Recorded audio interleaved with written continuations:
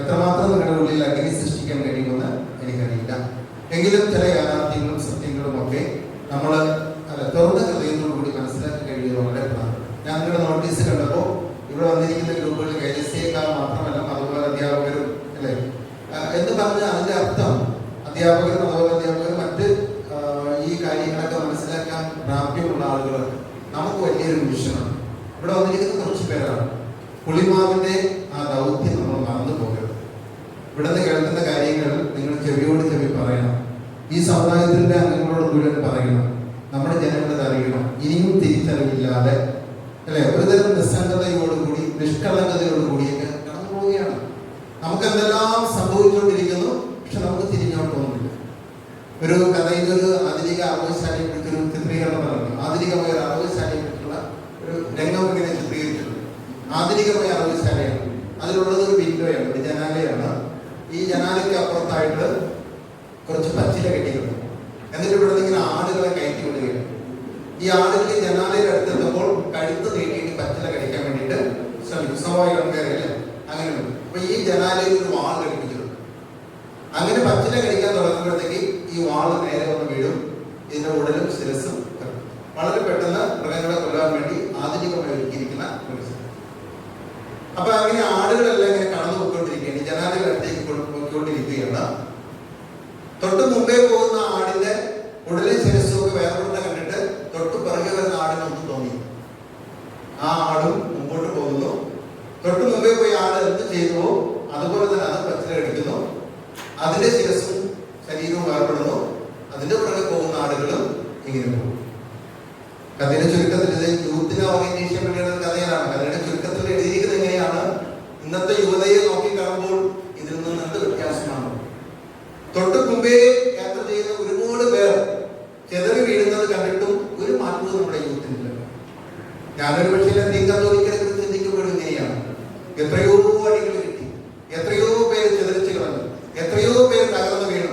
എന്നിട്ട് നമുക്ക് വല്ല മാറ്റവും ഉണ്ടോ? നമ്മൾ വേറെ ഏതൊരു ലോകത്തിൽ പോയിരുന്നത് നിസ്സംഗതയോടെ നിഷ്കളങ്കതയോടെ യൗമാർ തീർക്കുന്ന ചതിക്കുഴിയിലേക്ക്, ഈ പറയുന്ന അറവുശാലയിലേക്ക് നമ്മൾ കടന്നു പോയിക്കൊണ്ടിരിക്കുകയാണ്. എനിക്ക് തൊട്ട് മുമ്പ് ആർക്കൻസാറൊക്കെ പറയാൻ ശ്രമിച്ചത് എങ്ങനെയാണ്? നശിപ്പിച്ചുകൊണ്ടിരിക്കുകയാണ്. നമ്മുടെ ആളുകളൊക്കെ തകർത്തുകൊണ്ടിരിക്കുകയാണ്. അതിങ്ങനെ ചെറിയ രീതിയിൽ തകർത്തുകൊണ്ടിരിക്കുകയാണ്.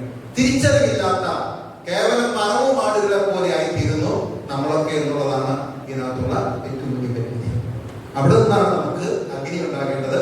അവിടെ നിന്നാണ് നമുക്ക് ഉയർത്തെഴുന്നേൽപ്പ് ഉണ്ടാകേണ്ടത്. അവിടെയാണ് ഈ വിഷയം പഠിക്കുന്നതിനകത്ത് പ്രസക്തിയിരിക്കുന്നത്. അപ്പൊ അതുകൊണ്ട് ഞാനല്ല തീ കൊളുത്തേണ്ടത്.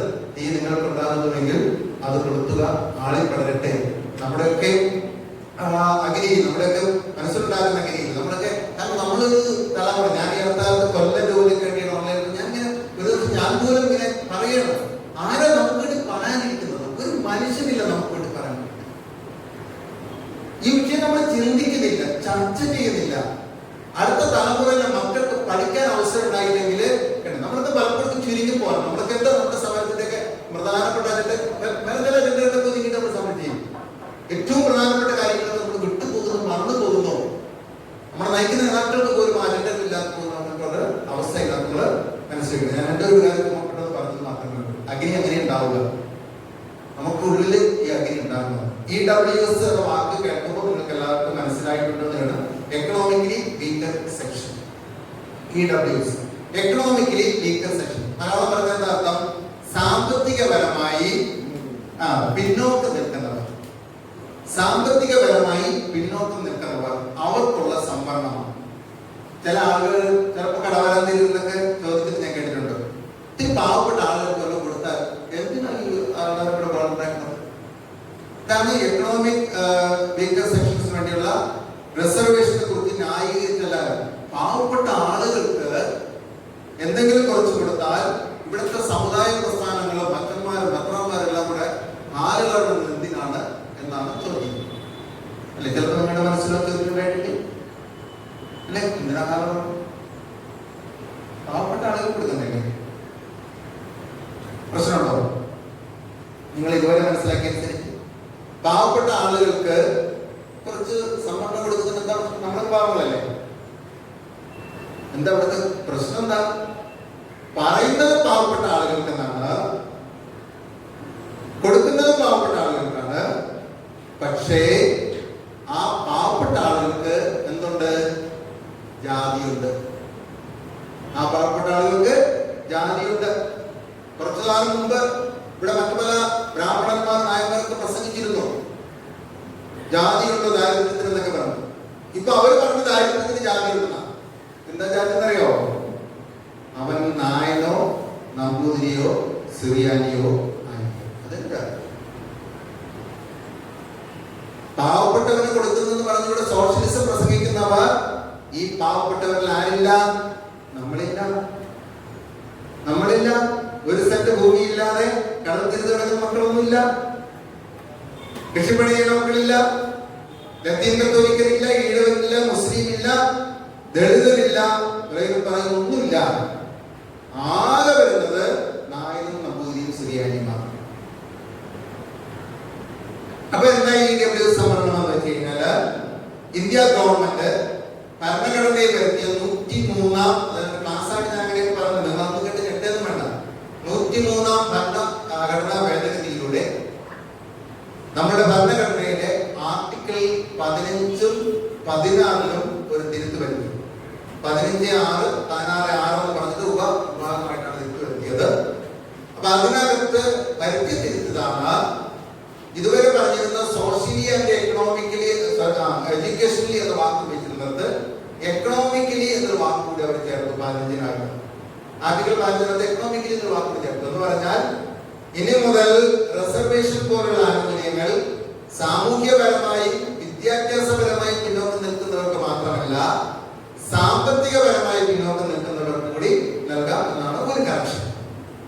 രണ്ടാമത്തെ കറക്ഷൻ, അത്തരം ഒരു സംവരണം നൽകുമ്പോൾ, അതായത് സാമ്പത്തികപരമായി പിന്നോക്കം നിൽക്കുന്നവർക്ക് സംവരണം നൽകുമ്പോൾ അത് സംവരണേതര വിഭാഗങ്ങളുടെ, ഇപ്പോ സംവരണം കിട്ടാത്ത വിഭാഗങ്ങൾ എന്ന് പറഞ്ഞാൽ കുറച്ചുകൂടെ നല്ല വാക്ക് പറഞ്ഞാൽ മുന്നോക്കക്കാർ, അവർക്കാണ് ഇപ്പൊ സംവരണം ഇല്ലാത്തത്. മുന്നോക്ക ജാതികളിൽ പെട്ടവർക്ക് പരമാവധി 10% എന്ന രീതിയിൽ സംവരണം. ഇത് രണ്ട് തിരുത്താണ് കേന്ദ്ര ഗവൺമെന്റ് ഭരണഘടനാ ഭേദഗതിയിലൂടെ വരുത്തി. തൽഫലമായി എന്തുണ്ടായി എന്ന് ചോദിച്ചാൽ, ഇതുവരെ സമ്പത്തിന്റെ അടിസ്ഥാനത്തിൽ ഇന്ത്യ മഹാരാജ്യത്ത് സംവരണം ഏർപ്പെടുത്താൻ പറ്റില്ലായിരുന്നോ? അതിന്റെ കാര്യകാരണങ്ങളിലേക്ക് താഴെ വരും. ഈ ഭരണഘടനാ ഭേദഗതി വന്നതോടുകൂടി ഇന്ത്യ മഹാരാജ്യത്ത് ഏത് സംസ്ഥാനത്തിനകത്തും സാമ്പത്തിക അടിസ്ഥാനത്തിൽ എന്താ സംവരണം ഏർപ്പെടുത്തും. രണ്ടാമതൊരു കാര്യം, ആ സംവരണം എന്ന് പറഞ്ഞാൽ അങ്ങനെ സാമ്പത്തിക അടിസ്ഥാനത്തിൽ നിങ്ങൾ സംവരണം കൊടുക്കുമ്പോൾ ആ സംവരണത്തിന്റെ തോത് പരമാവധി 10%. 10% കൂടുതൽ ഒരിക്കലും അങ്ങനെ ഒരു സംവരണം കൊടുക്കാൻ പാടില്ല. ഈ രണ്ട് ഭേദഗതിയാണ് കേന്ദ്ര ഗവൺമെന്റ് നടത്തുന്നത്. 103-ാം ഭേദഗതിയിലൂടെ EWS റിസർവേഷൻ കൊണ്ടുവന്നു. ഇതിനെ ചുവട് പിടിച്ചുകൊണ്ട് ഓരോ സംസ്ഥാനങ്ങളും ഈ റിസർവേഷൻ നടപ്പിലാക്കിക്കൊണ്ടിരിക്കുകയാണ്. കേരളത്തിലെ സർക്കാരിന് ശുഷ്കാന്തി അപ്പോൾ കൂടുതലായതുകൊണ്ട് ഞാൻ പറഞ്ഞതിന്റെ കാര്യം മനസ്സിലായില്ല, അതിനോടൊപ്പം വയ്യ. കാരണം അവരുടെയൊക്കെ താല്പര്യം ഈ പറഞ്ഞ മുന്നോക്കക്കാരോടൊപ്പം ആയതുകൊണ്ട്, അല്ലെങ്കിൽ അതിനകത്ത് വേറെ പൊളിറ്റിക്സ് ഒക്കെ ഉണ്ട്, അതെല്ലാം പറഞ്ഞു കഴിഞ്ഞാൽ ഇപ്പൊ മുന്നോക്കക്കാരെ പ്രീണിപ്പിച്ച് നിർത്തേണ്ട ആഗ്രഹം, അതുപോലെ ഒരുപാട് പൊളിറ്റിക്സ് ഉണ്ട്. പ്രത്യേകിച്ച് ഒരു പരിധി വരെ സീറോ മലബാർ സഭയുടെ അല്ലെങ്കിൽ സിറിയാനി ക്രിസ്ത്യാനികളുടെ പിന്തുണയും പിൻബലവുമായി നിൽക്കുന്ന മാണി കോൺഗ്രസ് പോലെയുള്ള പാർട്ടിയൊക്കെ ഒരു പക്ഷേ ഇവിടേക്ക് കൊണ്ടുവരാൻ വേണ്ടിയിട്ടാകാം. ഇങ്ങനെയുണ്ട് പൊളിറ്റിക്കൽ, കൃത്യമായിട്ട് പറഞ്ഞില്ല, ഇങ്ങനെ വിവിധങ്ങളെ പൊളിറ്റിക്കൽ അജണ്ട ഉള്ളതുകൊണ്ട് വളരെ ധൃതി പിടിച്ച് തൊട്ടടുത്തുള്ള തമിഴ്നാട്ടിൽ ഇത് നടപ്പിലാക്കിയില്ല, കർണാടകയിൽ അവർ ചർച്ച ചെയ്തുകൊണ്ടിരിക്കുന്നേ ഉള്ളൂ അല്ലെ. വളരെ ധൃതി പിടിച്ച് ഈ കാര്യം എവിടെ നടത്തി? കേരളത്തിനകത്തും നടത്തി. അതാണ് ഇപ്പൊ സംഭവിച്ചിരിക്കുന്നത്. കേരളത്തിനകത്തും ഉദ്യോഗത്തിനും ഇതിനും സംവരണം ഏർപ്പെടുത്തിയിരിക്കുന്നു. കേരളത്തിനകത്ത് ഏർപ്പെടുത്തിയപ്പോൾ രണ്ട് പ്രശ്നങ്ങൾ കൂടി നമ്മൾ ആരോഗ്യത്തിന് പ്രശ്നമുണ്ടായി. ഒന്ന്, പരമാവധി 10% കൊടുക്കാൻ പറഞ്ഞത് ആണ് പറഞ്ഞിരിക്കുന്നത്. പരമാവധി 10% കൊടുക്കാവുന്നതാണ്. ബഹുമാനപ്പെട്ട സർക്കാർ 10% കൊടുത്തു. ചർച്ചയൊന്നുമില്ല.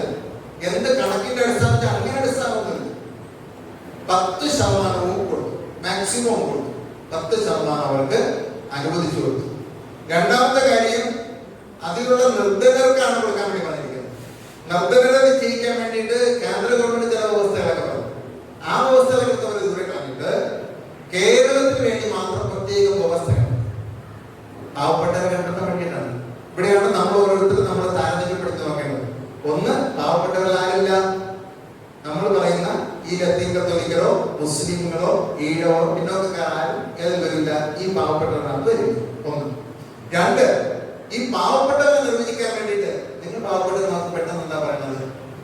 നമ്മളൊക്കെ പാവപ്പെട്ടവരെ നോക്കാൻ വേണ്ടി എളുപ്പത്തിൽ സർക്കാർ നോക്കാൻ വേണ്ടി നമ്മളെന്ത് പറയും? റേഷൻ കാർഡ് അത്രയെങ്കിലും ഉണ്ട്. അതിനകത്തോട് കളവൊക്കെ അല്ലെ? വീട്ടിലൊക്കെ വാങ്ങുന്ന ആളുകളൊക്കെ ഇവിടങ്ങളിലൊക്കെ ഞങ്ങളൊക്കെ ഭാഗത്ത് അങ്ങനെയൊന്നുമല്ല. കുറച്ചുകൂടെ പല ഭാഗത്തുള്ള കറക്റ്റായിട്ട് വസ്തുക്കളൊക്കെ പഞ്ചായത്ത് കൂടെയൊക്കെ ചോദിച്ചൊക്കെ BPL കാർഡ് വാങ്ങിച്ചു. എന്നാലും നമുക്ക് ആ ഒരു വാദത്തിനിടയിൽ BPL കാർഡാണെങ്കിൽ ഓക്കെ. പക്ഷേ ഈ സർക്കാർ പാവപ്പെട്ടവരെ നിശ്ചയിക്കാൻ വേണ്ടി കൊണ്ടുവന്നിരിക്കുന്ന വ്യവസ്ഥ, ഗ്രാമപ്രദേശമാണ് എങ്കിൽ 2 ഏക്കർ വസ്തുവിൽ കുറവുള്ളവർ, 2 ഏക്കർ വരെ ഉള്ളവരൊക്കെ പട്ടിണി വാങ്ങും. 1 ഏക്കർ 99 സെന്റ് ഉണ്ടെങ്കിലും പട്ടിണി വാങ്ങും. മുനിസിപ്പാലിറ്റി ആണെങ്കിൽ 75 സെന്റ്, കോർപ്പറേഷൻ ആണെങ്കിൽ 50 സെന്റ്. ഒന്ന് നമ്മൾ ആലോചിച്ച് നോക്ക്. ഈ കോർപ്പറേഷനകത്ത് 50 സെന്റ് ഉള്ളവൻ അവൻ ആരാ? ഞാനൊരു സിറ്റിയിൽ വന്നിട്ട് പോകുന്നത് കയറി ടീമിന്റെ അടുത്ത ഭാഗത്ത് എൻ്റെ ബൈക്ക് പഞ്ചർ ഇവിടെ ഒട്ടിക്കാൻ വേണ്ടിയിട്ട് തൊട്ടടുത്തല്ല ടീമിനോട് ചേർന്നിരിക്കുന്നത് ബൈക്ക് പഞ്ചർ ഒട്ടിക്കാൻ വേണ്ടി വെറുതെ അറിയത്തൊരു ക്വസ്റ്റ്യനൊക്കെ പറഞ്ഞിരുന്നു. അപ്പോൾ നമുക്ക് സ്ഥലമുള്ളൂ അവിടെ 2 സെന്റ് വസ്തു, 2 സെന്റ് അല്ല 1 സെന്റ് അതിനകത്താണ് ഇയാൾ ഗുരുവെച്ചിട്ടൊക്കെ ഇരിക്കുന്നത്. അപ്പോൾ ഈ പഞ്ചർ ഒട്ടിക്കുന്നതിന്റെ കൂടെ കാര്യങ്ങളൊക്കെ പറഞ്ഞിട്ടുള്ളത്. അപ്പോൾ ഈ 1 സെന്റ് എന്റെ സ്വന്തമാണ്. 2 കോടി പറഞ്ഞു ഞാൻ കൊടുത്തില്ല. ഞാൻ ഒരു നിമിഷം നമിച്ചു പോയി. ഞാൻ ആരുടെ മുമ്പിലാണ് ഇരിക്കുന്നത്? ഒരു കോടിപതിയുടെ മുമ്പിലാണ്. എനിക്കുള്ള എല്ലാ തുള്ളിയും പുറത്തെടുത്താൽ പോലും ഇനി ഇപ്പോഴത്തെ എന്റെ അവസ്ഥയിൽ എന്റെ ആയുസ് തീരുന്ന സമയം വരെ ഞാൻ ജോലി ചെയ്താൽ പോലും എനിക്ക് 2 കോടി ഉണ്ടാവും. ഈ സർക്കാർ ഉദ്യോഗസ്ഥനെ എനിക്ക് 2 കോടി ഉണ്ടാവില്ല ഞങ്ങളുടെ അക്കൗണ്ടിൽ. പക്ഷെ ഞാൻ ഇരിക്കുന്നത് 2 കോടി പറഞ്ഞിട്ട് അയാൾ കൊടുത്തില്ല. ആ വസ്തു 2 കോടി പറഞ്ഞിട്ട് കൊടുത്തില്ല. എന്നാൽ അയാൾ എപ്പോഴും ആഗ്രഹിച്ചാൽ 2 കോടി കിട്ടും. അവിടെയാണ് പറയുന്നത് 50 സെന്റ് വരെ ഉള്ളവൻ, കോർപ്പറേഷനകത്ത് 50 സെന്റ് വരെ ഉള്ളവൻ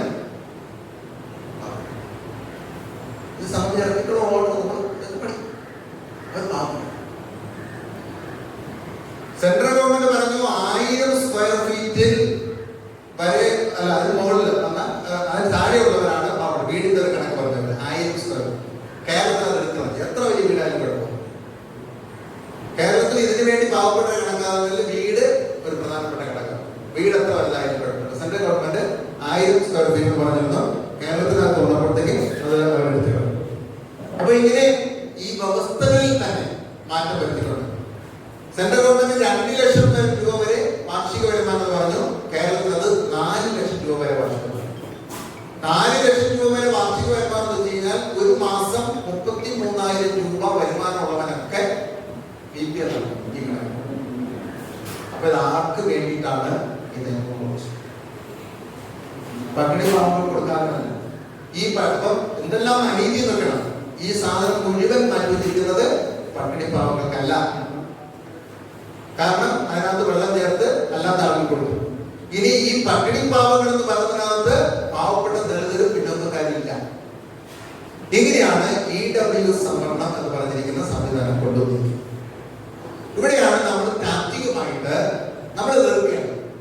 ലത്തീൻ കത്തോലിക്ക സമുദായം ഈ സംവരണത്തെ എതിർക്കുന്നു.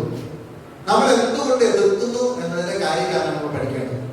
ഒന്ന്, സംവരണം എന്ന് പറയുന്നത് എന്തിനെ ഏർപ്പെടുത്തിയിരിക്കുന്നു എന്ന് വെച്ചാൽ വളരെ കൃത്യമായിട്ട് ഭരണഘടനയിലൊക്കെ പറഞ്ഞു. എന്തിനാണ് സംവരണം ഏർപ്പെടുത്തുന്നത് എന്ന് ചോദിച്ചാൽ, എന്തിനാണ് KSRTC ബസ്സിൽ സ്ത്രീകൾക്ക് സീറ്റ് റിസർവ് ചെയ്തിരിക്കുന്നത്? എന്തുകൊണ്ടാണ്?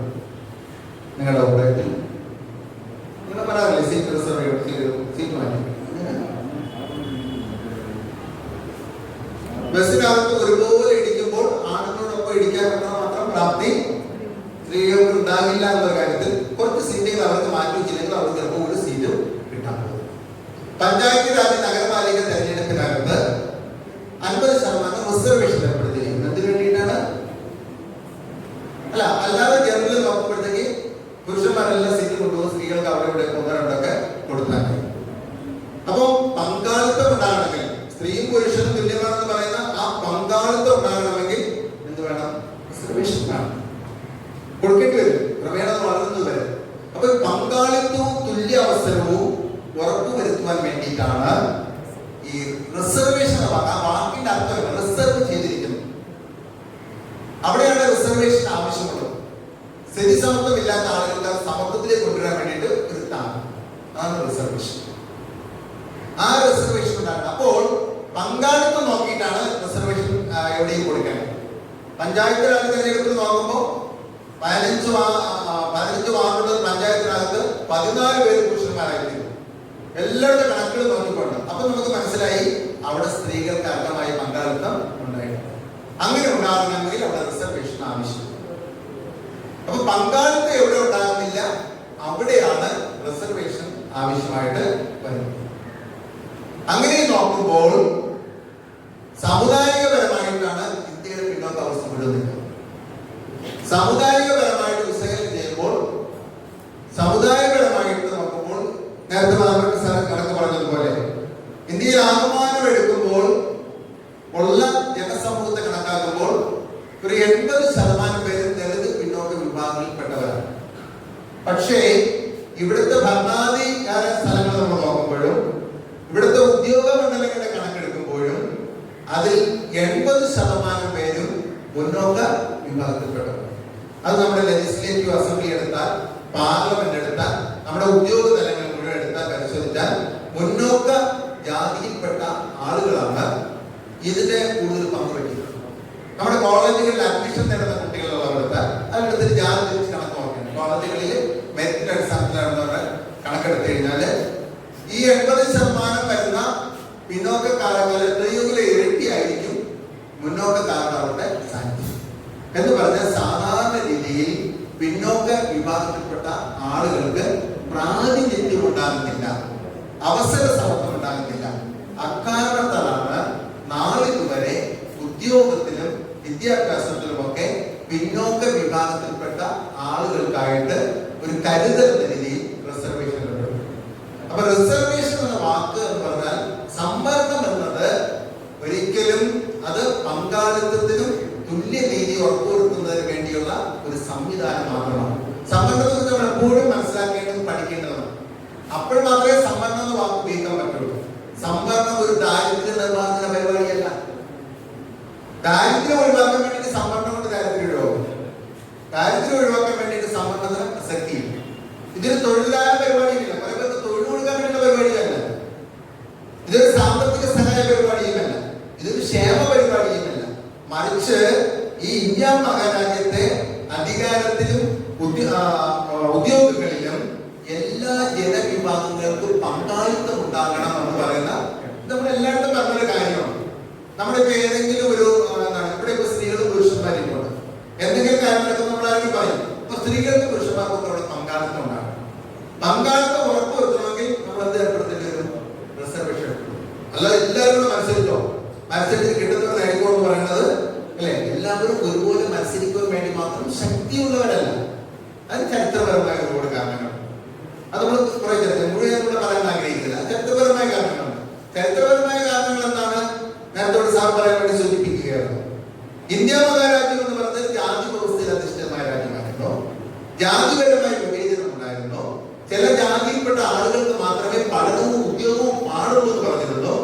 ചില ജാതിയിൽപ്പെട്ട ആളുകൾക്ക് പോലെ ഒരു തൊട്ടുകൂടായ്മയും തീണ്ടിക്കൂടായ്മയും പോലും ഉണ്ടായിരുന്നില്ല, തീണ്ടലൊക്കെ ഉണ്ടായിരുന്നു. ഇപ്പോഴും ഉണ്ട് കേട്ടോ. കേരളത്തിൽ നമുക്ക് മനസ്സിലാവേണ്ടത് മാത്രമേ ഉള്ളൂ. ഇവിടെ ഇപ്പം ദളിത് വിഭാഗത്തിൽപ്പെട്ട ആരെങ്കിലും വന്നു കൊടുത്താണ് നമുക്ക് പ്രശ്നമുണ്ട്. നമ്മൾ ഒരേ ബെഞ്ചിൽ നിന്ന് പഠിക്കും, ഒരേ ബസ്സിൽ യാത്ര ചെയ്യും, അല്ലെ? വേണമെങ്കിൽ ബസ് വാങ്ങാൻ കഴിക്കും. അങ്ങനെയുള്ള ഒരു പ്രശ്നങ്ങളൊന്നുമില്ല. കാരണം അങ്ങനെ ഒരു സംഗതി ഉണ്ടാവാൻ സാധ്യതയില്ല. ഒരു ജാതിയിൽപ്പെട്ടുള്ള അസ്പൃശ്യതയൊന്നും ഉള്ളിലെ കൊണ്ടെങ്കിലും പ്രകടമാക്കുന്നതാണ്. ഈ സ്ഥിതിയാണോ വടക്കേന്ത്യയില്? അല്ലെ, വടക്കേന്ത്യയിലെ കഥയൊക്കെ നിങ്ങൾ പത്രങ്ങളിലോ ടി വിയിലൊന്നും വായിക്കണം, വേദന തോന്നും. എന്തുമാത്രം ക്രൂരതയാണ്. അല്ലെ, അവർ മനുഷ്യർക്ക് പ്രയോജനമായി. ആളുകൾ വളമിട്ടിട്ട് പട്ടി അടിക്കില്ലേ, അടിച്ചു കൊല്ലുന്ന ആളുകൾ. ഈ നൂറ്റാണ്ടിൽ അടിച്ചുള്ള കാര്യങ്ങൾ ആലോചിച്ചത് ഞാൻ ഒരുപാട് പ്രശ്നമുണ്ട്. എങ്ങനെയാണ് ഒരു മനുഷ്യനെ അടിച്ചു കൊല്ലാൻ പറ്റുക? നമ്മൾ അടിയുമ്പോൾ ഉണ്ടാകുമ്പോൾ ചിലപ്പോൾ ആ സ്മിത്തിന് ആ അടിയൊക്കെ ഉണ്ടാക്കും. പക്ഷെ ഒരുത്തരെ കൊല്ലണമെന്നുള്ള സമിതിയോട് ചെന്നിട്ട് ഒരാളെ കുറച്ചു പേർക്ക് ചേർന്നിട്ട് എങ്ങനെ അടിച്ചു കൊല്ലാൻ പറ്റുക? ഇപ്പോഴും നടക്കുന്നുണ്ട്. ഇപ്പോഴും വടക്കത്തിൽ നടക്കുന്നത് ഇത് തന്നെയാണ്. എത്ര പെൺകുട്ടികൾ അവരെ ബലാത്കാരം ചെയ്യുന്നത്? ഈ പറയുന്ന സവർണവർഗക്കാരൻ പറയുന്നത് അനുസരിച്ചില്ല എങ്കിൽ അടുത്ത ദിവസം അവരുടെ വീട്ടിൽ പെൺകുട്ടി പോക്കാം. അപ്പനമ്മയ്ക്ക് കെട്ടിയിട്ട് അവരുടെ പോസ്റ്റ് ദിവസവും കേസസ് ആണ്. എന്നിട്ടും അവർക്ക് തന്നെ അവിടെയൊക്കെ ഭരിക്കുന്നു. ആദ്യം എത്ര പൂർണ്ണം, കേരളം എത്രയോ മെച്ചപ്പെട്ടു. അതിനൊക്കെ ഒരുപക്ഷെ നമ്മളൊക്കെ ബന്ധപ്പെട്ടിരിക്കുന്ന നമ്മുടെ മിഷണറിമാരോടൊക്കെയാണ്. അവരൊക്കെ വന്നതൊക്കെ അവസാനിപ്പിച്ചു, വിദ്യാഭ്യാസം തന്നു, പ്രബുദ്ധരായുള്ള പറ്റി എന്ന് പലരും അത് മറക്കുന്നുണ്ടെങ്കിൽ പോലും. അതുകൊണ്ട് കേരളം ഒരുപാട് നന്നായത്. ഇവരുടെ ഒന്നും സാന്നിധ്യമില്ലാത്ത നാടുകളിലൊക്കെ ഇപ്പോഴും ഈ പറയുന്ന 100-150 വർഷം മുമ്പ് ഇവിടെയൊക്കെ നടന്നു എന്ന് പറയുന്ന അതേ അവസ്ഥകൾ ഇപ്പോഴും ഉണ്ടെന്ന കാര്യം നമ്മൾ മറക്കരുത്. അങ്ങനെ അനുഭവിച്ചിരുന്ന ജനഭവമാണ്. നമ്മുടെയൊക്കെ പൂർവികർക്ക് വിദ്യാഭ്യാസം ഉണ്ടായിരുന്നവരൊന്നല്ല. അവർക്ക് പഠനം ഉണ്ടായിരുന്നില്ല, അവർക്ക് ഭൂസ്വത്ത് ഉണ്ടായിട്ടില്ല. അങ്ങനെയുള്ള ദളിത് പിന്നോക്ക വിഭാഗങ്ങൾ ഈ പ്രദേശത്തോട്ട് ഇപ്പോഴും ഉണ്ട്. അതുകൊണ്ട് തന്നെ അവർക്കൊന്നും തന്നെ മുഖ്യധാരയിലേക്ക് വരാൻ കഴിയുകയില്ല സാധാരണ. അത് വരുന്നത് വരെ അവർക്കൊരു കൈത്താങ്ങുന്ന രീതിയിലുള്ള റിസർവേഷൻ ആവശ്യമുണ്ട്. അത് ഭരണഘടനയിൽ വിഭാവനം ചെയ്തിരിക്കുന്ന റിസർവേഷനാണ്. അതാണ് ജാതി അധിഷ്ഠിതമായ സംവരണമാണ്, സമുദായ സംവരണമാണ് ഭരണഘടന പറഞ്ഞിട്ടുള്ളത്. അതുകൊണ്ട് തന്നെ കേന്ദ്ര ഗവൺമെന്റ് കൊണ്ടുവന്നിരിക്കുന്ന ഈ ഭരണഘടനാ ഭേദഗതി, ആ ഭേദഗതി കൊണ്ടുവരുമ്പോൾ ഇന്ത്യ മഹാരാജ്യത്തിലെ മുഴുവൻ രാഷ്ട്രീയ കക്ഷികളും അതിനെ സപ്പോർട്ട് ചെയ്തു എന്നുള്ളതാണ്. അതിനകത്ത് കോൺഗ്രസും BJPയും കമ്മ്യൂണിസ്റ്റുകാരും എല്ലാവരും സപ്പോർട്ട് ചെയ്തു. എതിർത്ത ഒരേ ഒരു രാഷ്ട്രീയ പാർട്ടി മുസ്ലിം ലീഗ് മാത്രമാണ്. മുസ്ലിം ലീഗ് ഒഴികെയുള്ള എല്ലാ രാഷ്ട്രീയ പാർട്ടികളുടെയും ആനുകൂലിക ആശീർവാദത്തോടു കൂടിയാണ്. കാരണം നമ്മളെ പോലെ പാവങ്ങൾ ആരും വേണം, അതാണ് ഞാൻ പറഞ്ഞത്. ആരും നമുക്ക് വേണ്ടി ശബ്ദിക്കാനില്ല. എല്ലാവരും കൂടെ ചേർന്നിട്ടാണ് സെൻട്രൽ ഗവൺമെന്റിലെയും ഭരണഘടനാ ഭേദഗതി പാസ്സാക്കിയത്. അതിന് നമ്മൾ പ്രതീക്ഷ അർപ്പിക്കുന്നത് ഇപ്പോഴും കോടതിയിലാണ്. കോടതിയിൽ കേസ് ഫയൽ ചെയ്തിട്ടുണ്ട്. ആ കേസിനകത്ത് ചർച്ച ചെയ്തിട്ട് നീതിപീഠം നമുക്ക് അനുകൂലമായ ഉത്തരവുണ്ടാവുമെന്നാണ് നമ്മൾ ഇപ്പോഴും പ്രതീക്ഷിക്കുന്നത്. നമ്മൾ ഈ പറയുന്ന നമ്മുടെ വാദഗതികളൊക്കെ കോടതിയിൽ സമർപ്പിച്ചുകൊണ്ടിരിക്കുകയാണ്. കോടതി ഭരണഘടനയുടെ സംരക്ഷിക്കുന്നതാണ്. ഇല്ലെങ്കിലും മോദിയുടെ ഭരണകാലത്ത് ഇന്ത്യയുടെ നീതിപീഠം പോലും എങ്ങോട്ട് നിൽക്കും നമുക്ക് ഉറപ്പൊന്നുമില്ല. എങ്കിലും നമ്മൾ പ്രതീക്ഷയിലാണ്. കാരണം നീതിപീഠത്തിന് മുമ്പിൽ നമ്മളാണ്. അത് മാത്രമേ പ്രതീക്ഷയുള്ളൂ. കാരണം രാഷ്ട്രീയ പാർട്ടികളൊന്നും നമ്മളെ സപ്പോർട്ട് ചെയ്യാൻ വേണ്ടിയിട്ടില്ല. അവിടെ നമ്മൾ കേട്ടു 2-3 കാരണങ്ങൾ അതിനുണ്ട്. 1992 മണ്ഡൽ കമ്മീഷൻ കേസ് ഉണ്ട്. മണ്ഡൽ കമ്മീഷൻ റിപ്പോർട്ട് നടപ്പിലാക്കിയപ്പോൾ ഒരു കേസ് കോടതിയിലായി. അന്ന് കോടതി വിധിച്ചു സാമ്പത്തിക സംവരണം എന്ന് പറയുന്നത് ഭരണഘടനാ വിരുദ്ധം. അന്ന് വിധിച്ച കോടതിയുടെ ഉത്തരവുപ്പെടുന്നുണ്ട്. അപ്പൊ അതുകൊണ്ട് തന്നെ ഒരു ബലം നമുക്കതാണ്. ഇത് ഭരണഘടനാ വിരുദ്ധമാണെന്ന് കോടതി വിധിച്ചിട്ടുണ്ട് 92. ആ ഉത്തരവ് നമ്മൾ ഇപ്പോഴും കോട്ട് ചെയ്യും. 2, ഒരു സ്ഥലത്തും റിസർവേഷൻ എന്ന് പറയുന്നത് നിങ്ങൾ റിസർവേഷനൊക്കെ ഏർപ്പെടുത്തിക്കോ, പക്ഷെ റിസർവേഷൻ ഒരിക്കലും 50% അധികരിക്കാൻ പാടില്ല. അതും കോടതിയാണ് പറഞ്ഞിട്ടുള്ളത്. ഇന്നിപ്പോൾ ഈ റിസർവേഷനെ കൊണ്ടുവന്നപ്പോൾ റിസർവേഷൻ 60% ആയി. 60-60% റിസർവേഷനാണ്. അത്രയും റിസർവേഷൻ ഒരിടത്ത് നടപ്പിലാക്കാൻ പാടില്ല എന്നും കോടതി വിധിച്ചിട്ടുണ്ട്. ഈ 2 വിധികളുടെ ഒരു ബലത്തിൽ നമ്മൾ കോടതിയിൽ കേസുമായിട്ട് നിൽക്കുകയാണ് സെൻട്രൽ ഗവൺമെന്റിന്റെ കാര്യത്തിൽ. പക്ഷെ കേരള ഗവൺമെന്റിനെ സംബന്ധിച്ചിടത്തോളം അതല്ല, മറ്റു ചില കാര്യങ്ങൾ കൂടി നമ്മളതിനകത്ത് ഉന്നയിക്കുന്നുണ്ടെന്നാണ് പ്രശ്നം. അപ്പൊ ഞാൻ പറയുന്നത് റിസർവേഷൻ എന്ന് പറയുന്നത് സമുദായ അടിസ്ഥാനത്തിലാണ് വേണ്ടത്. റിസർവേഷൻ എന്ന് പറയുന്നത് പാവപ്പെട്ട പരാതികളാണ്. ഇങ്ങനെ അയാൾ കൊടുക്കുന്നത് സമ്പത്താണ്. ഇവിടെ നോക്കുന്നത് എന്താണ്? പ്രാതിനിധ്യം കൊണ്ടുവരിക എന്നുള്ളതാണ്. പ്രാതിനിധ്യം ഉണ്ടാകാൻ വേണ്ടിയിട്ട് സമ്പത്തല്ല മാനം. അത് അല്ല, ഏത് വിഭാഗത്തിൽപ്പെട്ട ആളുകൾക്കാണ് പ്രാതിനിധ്യം. ബസ്സിൽ കയറുന്നത് സ്ത്രീകൾക്ക് പ്രാതിനിധ്യം കിട്ടുന്നില്ല. ഓക്കെ, സ്ത്രീകൾക്ക് റിസർവേഷൻ. പഞ്ചായത്ത് തെരഞ്ഞെടുപ്പിൽ സ്ത്രീകൾക്ക് പ്രാതിനിധ്യമില്ല, സ്ത്രീകൾക്ക് റിസർവേഷൻ. എവിടെയാണോ പ്രാതിനിധ്യം ഇല്ലാത്തത് അവർക്ക് റിസർവേഷൻ. അത് എല്ലാവർക്കും റൂളാണ്. എല്ലായിടും പ്രാതിനിധ്യം ആർക്കും കുറഞ്ഞു പോകുന്നുണ്ടോ? അല്ല, നമ്മുടെ ചില പള്ളികളിലുണ്ട് ഒന്നിലധികം വ്യത്യസ്ത രീതിയിലുള്ള കമ്മ്യൂണിറ്റീസ് ആണ് നിങ്ങൾ പറയും അല്ലെ. ആ കമ്മ്യൂണിറ്റിയിലുള്ള ആരെങ്കിലും ഒരാളെ ഉൾപ്പെടുത്തുന്നത് ഇതൊരു സാധാരണ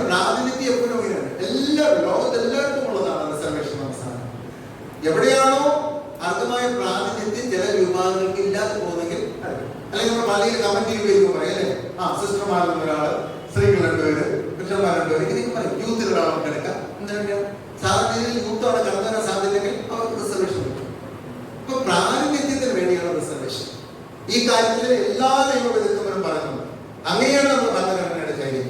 ഇതോടൊപ്പമായി അതിലുപരിയായിട്ട് ഇതൊരു സാമ്പത്തിക സഹായ പദ്ധതിയായിട്ട് സംവരണത കണ്ടു. അതുകൊണ്ട് ഈ ഡബ്ല്യൂഎസ് നമ്മൾ ഒന്നാമതായിട്ട് എതിർത്തു. 2, കേരളത്തിൽ നടപ്പിലാക്കിയപ്പോൾ പരമാവധി 10% കൊടുത്തു. അതിന് ഒരു ന്യായീകരണവുമില്ല. ഒരു ന്യായീകരണവുമില്ല. ഈ 10% ഈ സവർണ സംവരണം അനുവദിച്ചതിന് ഒരു ന്യായീകരണവുമില്ല. ഏത് കണക്കുകൾ പരിശോധിച്ചാലും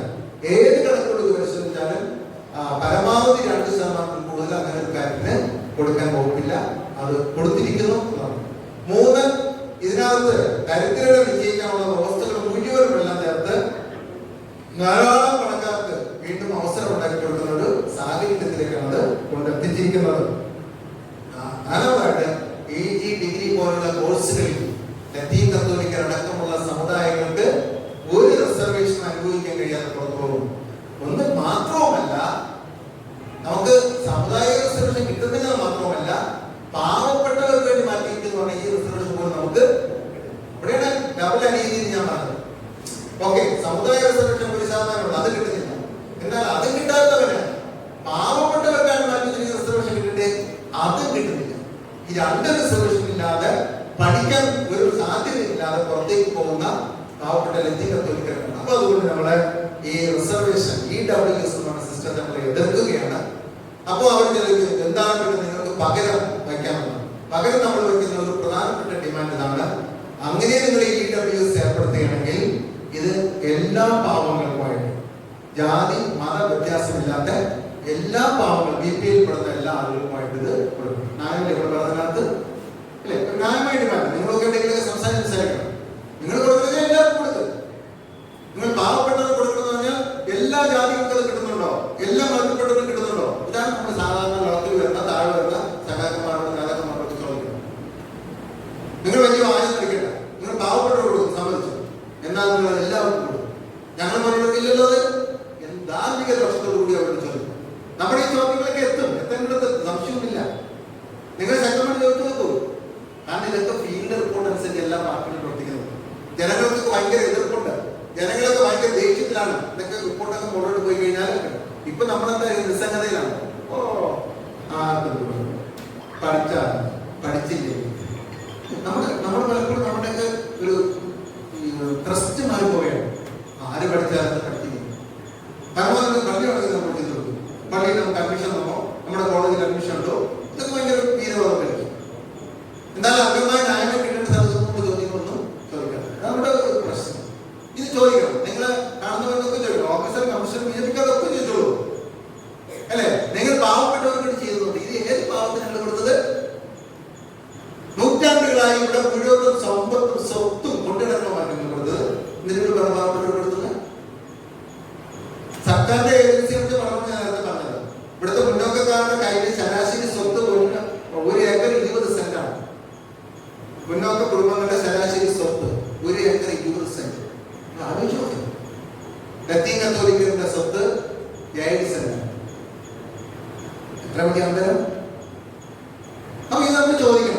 അപ്പൊ നമ്മളുടെ ഒരു ഡിമാൻഡ് അത് തന്നെയാണ്. അങ്ങനെ നിങ്ങൾ പാവപ്പെട്ടവർ കൊടുക്കുന്നെങ്കിൽ ലത്തീൻ കത്തോലിക്കരും ദളിതരും ഉൾപ്പെടെയുള്ള എല്ലാ പാവങ്ങൾക്കുമായിട്ട് ആ 10% സിസ്റ്റമാണ്. അത് നായരും നമ്പൂതിരിക്കും ശരിയായിരിക്കും മാത്രമായിട്ട് തീർന്നെഴുതുന്നത് കേരളത്തിൽ നിങ്ങൾ കാണിക്കുന്ന ഏറ്റവും വലിയ ദുഷ്ടതനമാണ്, അന്യായമാണ്, അനീതിയാണ്, നമ്മുടെ അവസരമുള്ളത്. 2, ഇവര് വിദ്യാഭ്യാസ സംവരണം നമുക്ക് 1% ഡിഗ്രിക്ക് ബി. അത് വർദ്ധിപ്പിക്കണമെന്ന് നമ്മൾ ആവശ്യപ്പെട്ടപ്പോഴൊക്കെ ഇവർ പറഞ്ഞിരുന്ന ന്യായം എന്താണെന്ന് അറിയാവോ? സംവരണം 50% അധികരിക്കാൻ പാടില്ല. കോടതി വിധിയുണ്ട്, കോടതി വിധി. ഇപ്പൊ ഇവിടെ പോയി കോടതി വിധി പാവപ്പെട്ട ലത്തീൻ കത്തോലിക്കനും ദളിതനും കൊടുക്കാൻ വേണ്ടി കോടതി വിധി, നായർക്ക് നമ്പൂതിരിക്കും കൊടുക്കാൻ വേണ്ടി ഒരു കോടതി വിധി ഇപ്പൊ അവർ കൊടുത്തു.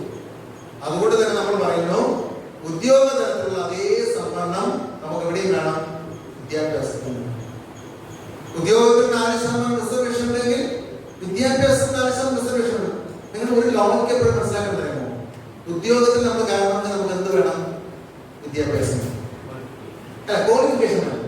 നമ്മുടെ പ്രശ്നം എന്താണ്? നമ്മൾ പറയുന്നത് അവർ പറയുന്നത് ഉദ്യോഗത്തിൽ 4% റിസർവേഷൻ ഉണ്ട്. പക്ഷെ റിസർവേഷൻ അനുഭവിക്കുന്ന ആളുണ്ടോ? ഇല്ല. PSC കുറച്ച് ഉയർന്ന ജോലികളൊക്കെ കോളേജ് അധ്യാപക പോസ്റ്റുകൾ ഇതൊക്കെ വരുമ്പോൾ 2-3 വർഷം മുമ്പെയാണ് എന്താ MA ഹിസ്റ്ററിക്കാണ് സെക്കൻഡ് ക്ലാസ് UGC ഉള്ള ഏതെങ്കിലും എത്തിക്കത്തിരിക്കുന്ന അവരോട് ഈ അടുത്ത ദിവസങ്ങളിൽ ഇംഗ്ലീഷിലുണ്ടായിരുന്നു അങ്ങനെ vacancy. English mathematics MSc second class UGC ഉള്ള ഏതെങ്കിലും മാത്തമാറ്റിക്സ് ആരുണ്ടെങ്കിൽ PSC എടുത്തോളൂ. ടെസ്റ്റ് ഒന്നുമില്ല. എന്താ കാര്യം? ആരും എത്തിക്കത്തിരിക്കും കേരളത്തിൽ മുഴുവൻ തപ്പിയിട്ട്.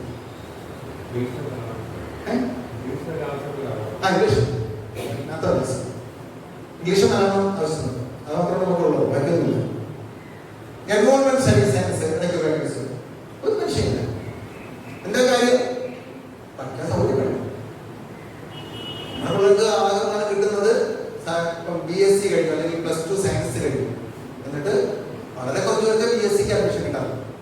ബാക്കിയുള്ളവരെല്ലാം പോകും BA BCom ഇങ്ങനെ. ഇനി BSc കഴിഞ്ഞിറങ്ങിയാൽ MSc പോകാൻ പറ്റുന്ന കുട്ടികൾ എവിടെയെങ്കിലും ഒരു റിസർവേഷൻ ഉണ്ടെങ്കിൽ കയറി പറ്റും. ഇല്ലെങ്കിൽ MSc പോകില്ല. പിന്നെ വഴി അണ്ണാമലയിലോ MSc യൂണിവേഴ്സിറ്റിയിലോ പോയിട്ട് MA ഇംഗ്ലീഷ് എടുക്കും. അങ്ങനെ ഇംഗ്ലീഷ് കൂടി കിടക്കും. നമ്മുടെ ഈ തെക്കൻ മേഖല ഈ ഭാഗത്ത് നോക്കിയാൽ കാഞ്ഞിരക്കുളം പോകാറ് ഈ ഭാഗത്തെല്ലാം നോക്കി നിറയെ MA ഇംഗ്ലീഷാണ്. എന്താ റീസൺ എന്ന് വെച്ച് കഴിഞ്ഞാൽ MSc യൂണിവേഴ്സിറ്റി MK യൂണിവേഴ്സിറ്റി അല്ലെ ക്വാളിറ്റിയിലൊന്നും നോക്കണം. എന്നാൽ പോലും ഇംഗ്ലീഷാണ്. അങ്ങനെ ചില വിഷയങ്ങളാണ്. സയൻസിന്റെ മേഖലകളിൽ എത്രമാത്രം ആളുകളുണ്ട്? ഇല്ല. അപ്പൊ പഠിക്കാൻ നമുക്ക് അവസരം തരാണ്ടിരിക്കുക, പഠിക്കാൻ അവസരം തരാണ്ടിരിക്കുക. എന്നിട്ട് പറയുന്നത് നിങ്ങൾക്ക് ജോലിക്ക് റിസർവേഷൻ ഉണ്ടല്ലോ. റിസർവേഷൻ ഉണ്ട്. ആ റിസർവേഷൻ എൻജോയ് ചെയ്യാൻ വേണ്ടിയുള്ള വിദ്യാഭ്യാസമുള്ള ആളുകളില്ല. അതുകൊണ്ട് വിദ്യാഭ്യാസത്തിൽ റിസർവേഷൻ വളരെ പ്രധാനപ്പെട്ട കാര്യം. അത് നമ്മൾ രണ്ടാമത്തെ പറയുന്നത് കേന്ദ്രത്തിലുള്ളതുപോലെ തന്നെ ഇവിടെയും വിദ്യാഭ്യാസ ഉദ്യോഗത്തിലുള്ള റിസർവേഷൻ എത്രയാണോ അത്രയും റിസർവേഷൻ നമുക്ക് വിദ്യാഭ്യാസ കാര്യത്തിലും ഏർപ്പെടുത്തണം. ഇങ്ങനെ രണ്ട് കാര്യങ്ങളും വളരെ ശക്തമായിട്ട് EWS വിഷയത്തിൽ. കാരണം EWS റിസർവേഷൻ പിൻവലിക്കണമെന്നത് എത്ര എളുപ്പമാണ്. എന്താ കാര്യം? പൂച്ചക്കാരൻ പണിയിട്ടുള്ള പ്രശ്നം. നിയമത്തിന്റെ പ്രശ്നമൊന്നുമില്ല. ഇനി എവിടാണ് നമുക്ക് ആകെ പ്രതീക്ഷയുള്ളത്? കോടതി വിധിച്ചാൽ, കോടതി പറയുകയാണെങ്കിൽ അന്യായമാണ് വിധിച്ചാൽ ഇവരെല്ലാം പിൻവലിച്ചെടുക്കും.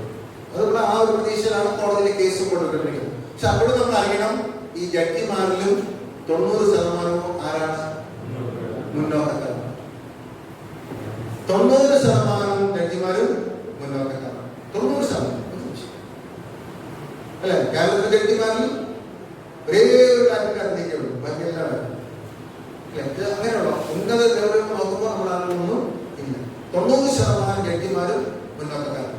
അപ്പൊ അവരുടെ വിധി എങ്ങനെ വരുമെന്ന് ഒന്നുമില്ല. എങ്കിലും ചില കാര്യങ്ങൾ ഏറ്റവും അവസാനം കേരള അഡ്മിനിസ്ട്രേറ്റീവ് സർവീസിലേക്ക് 3 സ്റ്റേജിലേക്ക് റിസർവേഷൻ വേണമെന്നൊക്കെ പറഞ്ഞപ്പോൾ ഉണ്ടാക്കി. അത് അവസാനം സർക്കാർ ബലം പിടിച്ചാലും അനുവദിച്ചപ്പോൾ 4 കേസിൽ. പക്ഷെ കേസ് കഴിഞ്ഞ ദിവസമുണ്ട്, 3-4 ദിവസം ഉണ്ട്. കേസിൽ കോടതി തള്ളി. കേസ് കോടതി പറഞ്ഞു ഇത് പ്രമോഷനൊന്നും അല്ല, ഇത് 3 സ്റ്റേജിലേക്ക് നടക്കുന്നത് ഫ്രഷ് ആയിട്ടുള്ള ടെസ്റ്റ് ആയതുകൊണ്ട് റിസർവേഷൻ നടപ്പാക്കിയതിൽ തെറ്റില്ല. അപ്പൊ കുറച്ചൊക്കെ ഭരണഘടന അനുസരിച്ച് കോടതികളുടെ വിധി വരുന്നുണ്ട്. അതുകൊണ്ട് തന്നെ നമ്മൾ പ്രതീക്ഷ. കാരണം 1992 ഇന്ദിരാ സഹായ കേസിൽ സാമ്പത്തിക സംവരണം നിയമവിരുദ്ധമാണ് എന്ന് പ്രഖ്യാപിച്ചതും ഈ കോടതിയാണ്. അപ്പൊ കോടതി നമുക്ക് ഒട്ടും വിശ്വാസം ഇടാതല്ല, പക്ഷെ കോടതി മാത്രമേ നമുക്ക് പ്രതീക്ഷിച്ചു. കാരണം ഈ മറ്റേ 10% റിസർവേഷൻ ഇനി ഈ സർക്കാർ പിൻവലിക്കാൻ പറ്റുമോ? പറ്റില്ല. അങ്ങനെ പിൻവലിച്ചാൽ ഇവിടത്തെ സംഘടിത ശക്തികളായ NSSഉം അല്ലെ ഈ പറയുന്ന സെനേറ്റ് കത്തോലിക്കലും ഇവരെല്ലാം കൂടെ നമ്മൾക്ക് ഈ ശക്തിയില്ല. നമ്മൾ പറയുന്ന കാര്യങ്ങൾ ചിന്തിച്ച് നിൽക്കുന്നു അല്ലെ? നമ്മളോട് KSC ഒരു 16 ഗ്രൂപ്പ് ഉണ്ടാകും. പക്ഷെ ഉടനെ പള്ളിയായിരിക്കും. ആ പള്ളി തന്നെ ഒരു 16 ഗ്രൂപ്പ് KSC നമ്മള് പറയുന്നത് നോക്കുന്നില്ല. എത്രയോ അല്ലെ ഒരു കാലത്ത് നമുക്ക് കുറച്ചുകൂടെ പ്രധാനമാണ്. ഇപ്പൊ നിങ്ങൾ സെൽഫ് വാലിഡേഷൻ എടുത്ത് നോക്കും. കഴിഞ്ഞ കുറേ നാളത്തെ കാലത്ത് നോക്കുകയാണെങ്കിൽ KSC നമുക്ക് അങ്ങനെ തന്നെ നമുക്ക് ശക്തിയില്ലാത്തതാണ്. ശക്തിയില്ലാത്തതുകൊണ്ട് നമ്മളൊക്കെ സമർപ്പിക്കാനൊക്കെ ഇവിടെ ആരും ഒത്തും പറയാൻ പറ്റില്ല. അത്ര ഗംഭീര ശക്തിയുണ്ട്. പക്ഷെ ആ ശക്തിയെ തോന്നാൻ കണക്കിനുള്ള ഒരുപാട് എലമെന്റ്സ് നമ്മുടെ ഇടയിൽ വേണ്ടപ്പെട്ട ആളുകളൊക്കെ ഒരുക്കിയിട്ടുണ്ട്. അതുകൊണ്ട് തന്നെ നമ്മൾ ചിതറിക്കപ്പെട്ടു. നമ്മൾ ശരിക്കും പറഞ്ഞാൽ നമ്മൾ ശക്തിയാണെങ്കിൽ നമുക്കാണെങ്കിൽ ഒരു കൊഞ്ചിന് നൽകാൻ പറ്റാത്ത അത്ര മാത്രം എല്ലാ തരത്തിലും ഭയങ്കര ശക്തികളാണ്. ഇല്ല, വൈകാരികമായ വിഷയത്തിൽ മാത്രമേ നമ്മളിപ്പോൾ അങ്ങനെ സമർത്തണം.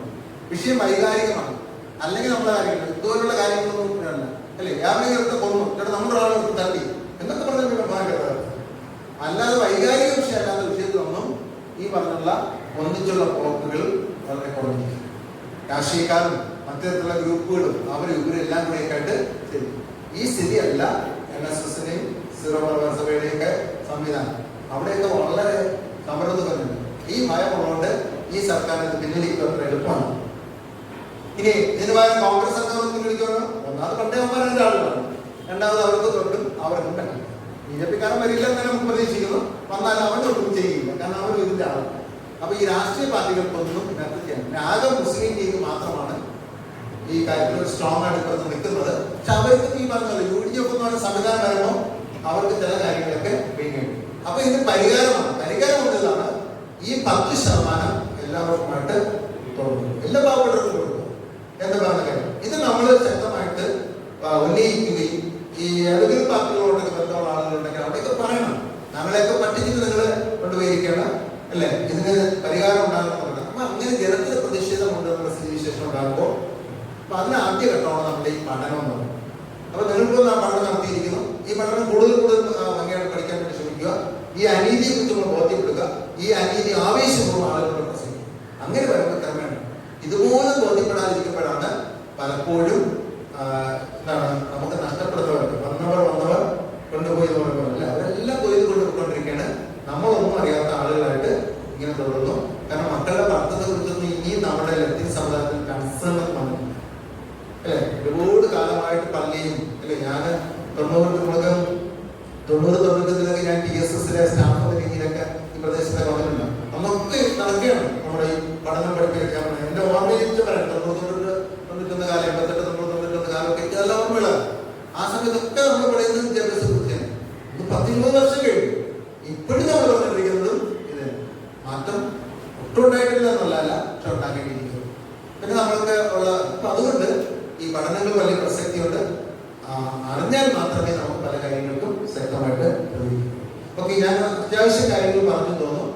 നിങ്ങൾക്ക് വ്യത്യസ്തമായി, അതാണ് ഏറ്റവും പ്രധാനപ്പെട്ട കാര്യം, വ്യത്യസ്തമായി തോന്നിയ കാര്യം, അല്ലെങ്കിൽ നിങ്ങൾ പൊതുസമൂഹത്തിൽ സംസാരിച്ചപ്പോൾ തന്നെ പറഞ്ഞ കാര്യങ്ങൾ ഇത് അങ്ങനെയല്ലല്ലോ സാർ പറഞ്ഞാൽ ഈ പ്രശ്നമില്ല, അല്ലെങ്കിൽ നിങ്ങൾക്ക് അങ്ങനെ നിങ്ങളുടെ മനസ്സിൽ ഉയർന്ന ചോദ്യങ്ങളോ നിങ്ങളോട് ആരെങ്കിലും പറഞ്ഞ ചോദ്യങ്ങളോ ഉണ്ടെങ്കിൽ നമുക്ക് 5-6 മിനിറ്റ് അതിനുവേണ്ടി ചെലവഴിക്കാം.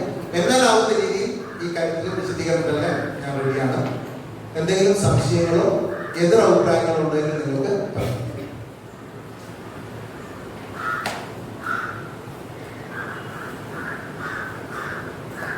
സാറ് പറഞ്ഞതെല്ലാം ശരിയാണ്.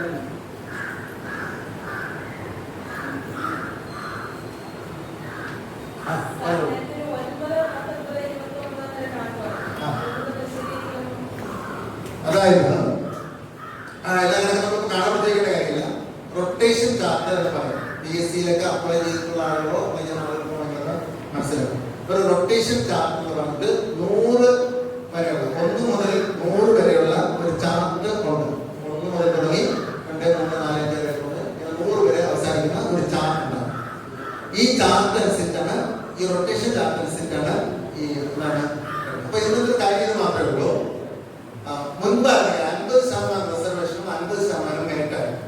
ഈ സമയത്ത് ഈ റൊട്ടേഷൻ ചാർട്ട് എങ്ങനെ പൊക്കോണ്ടിരുന്നു കഴിഞ്ഞാല് എല്ലാ 1, 3, 5, 7, 9 പോസ്റ്റുകൾ മെറിറ്റും 2, 4, 6, 8 പോസ്റ്റുകൾ റിസർവേഷൻ പോസ്റ്റുകൾ എപ്പോഴും.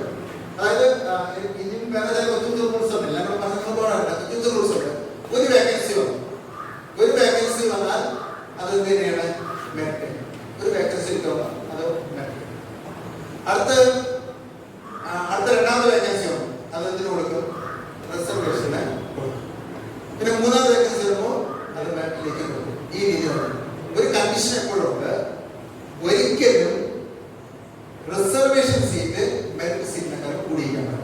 അതെപ്പോഴും പാലിച്ചവര് അതെപ്പോഴും പാലിക്കപ്പെടണമെന്നില്ല, അല്ലെങ്കിൽ കൂടി നിൽക്കാൻ പാടില്ല എന്ന രീതിയിൽ ഒരു കണ്ടീഷൻ. അപ്പൊ ഈ രീതിയിലാണ് പോയിക്കൊണ്ടിരിക്കുന്നത്. ഇനി ഞാൻ പറഞ്ഞു 2, 4, 6, 8 എന്നൊക്കെ പറയുന്നത് എന്താണെന്ന് പറഞ്ഞു? റിസർവേഷൻ ആണ്. റിസർവേഷൻ. 6 റിസർവേഷൻ. രണ്ടാമത്തെ റിസർവേഷൻ ആർക്ക്? നാലാമത്തെ റിസർവേഷൻ ആർക്ക്? ആറാമത്തെ റിസർവേഷൻ ആർക്ക്? 8 അല്ലേ? അത് സംശയമുണ്ട്. ഏതൊക്കെ ജാതികളുണ്ട് ഇവിടെ? ഈഴവരുണ്ട്, മുസ്ലിങ്ങളുണ്ട്, ലാറ്റിൻ കാത്തലിക്സിനുണ്ട്, SIUC-ക്കുണ്ട്, വിശ്വകർമ്മക്കുണ്ട്.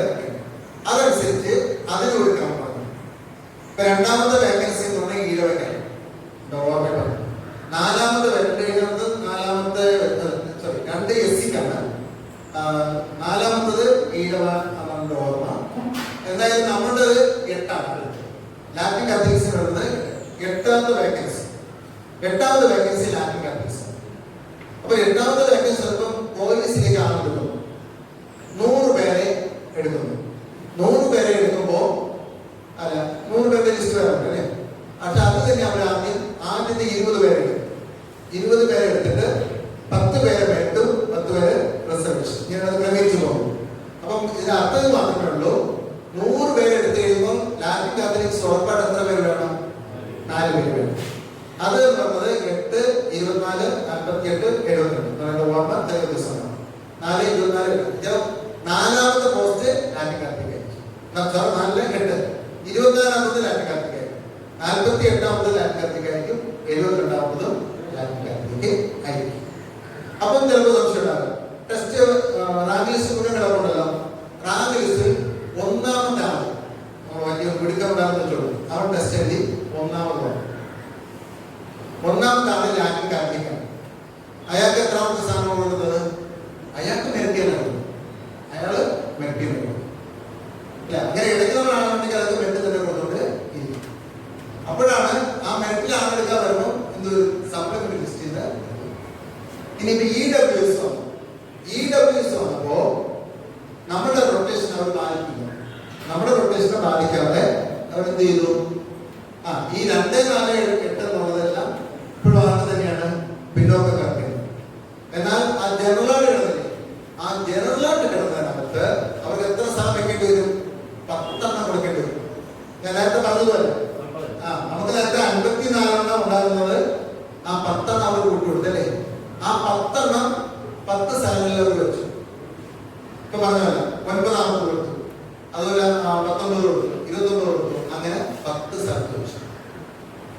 അങ്ങനെ അവരുടെ റിസർവേഷന്റെ റൊട്ടേഷൻ ചാർട്ടാണ് വെച്ചിരിക്കുന്നത്. എന്ന് പറഞ്ഞാൽ 100 പേരെ എടുക്കുമ്പോൾ 10 പേര് അവർക്ക് വിട്ടുകൊടുത്തിരിക്കും. നമ്മളവിടെ തർക്കം പറയുന്നത് 100 പേരെ എടുക്കുമ്പോൾ 10 പേരെ വിട്ടുകൊടുക്കാൻ പാടില്ല, പകരം 5 പേരെ വിട്ടുകൊടുക്കാൻ പാടുള്ളൂ. കാരണം എന്താണ്? നേരത്തെ ഞാൻ പറഞ്ഞ കാര്യം 100 പേരാണ് വേണ്ടത്. അതായത് അവര് പറയുന്നത് പിന്നോക്കക്കാരെ ബാധിച്ചിട്ടില്ല അല്ലേ? അപ്പൊ മുന്നോക്കക്കാർക്ക് എല്ലാവർക്കും ഉണ്ടായിരുന്നുണ്ടായിരുന്നു 1, 3, 5, 7, 9 എന്ന് തുടങ്ങുന്ന നമ്പറുകളാണ് പിന്നോക്കക്കാരുണ്ടായിരുന്നത്. ഇതെല്ലാം കൂടെ എണ്ണിയെടുത്തപ്പം വരും 50 തന്നെ വരുള്ളൂ. 50 തന്നെ വരുള്ളൂ. അവർ പറയുന്നത് 10% കൊടുക്കുന്നതാണ്. എങ്കിൽ 50-ന് 10 എത്ര വരുള്ളൂ? 5 വരുള്ളൂ അല്ലെ? 5 സ്ഥാനം കൊടുക്കുന്ന പകരം അവർ 10 കൊടുത്തു, 10 കൊടുത്തു. 10 നായരുടെ സംഭവിക്കേണ്ടത് മാറ്റി. അപ്പൊ ബാക്കി എത്രയേ ഉള്ളൂ? 40. ഈ 40-ലാണ് ബാക്കി എല്ലാവരും മനസ്സിലായി. അപ്പൊ 10 ഒരു ഒതുക്കത്തിലങ്ങ് മാറ്റിയെന്നുള്ളതാണ്. അപ്പൊ അവിടെയാണ് നമ്മൾ പറയുന്നത്, നിങ്ങൾ ഇപ്പൊ പറഞ്ഞിരിക്കുന്ന റൊട്ടേഷൻ തെറ്റാണ്, ഇനി ഇത്ര എടുക്കാൻ പാടില്ല. ഇവിടെ ആകെ 50 ഉള്ളൂ.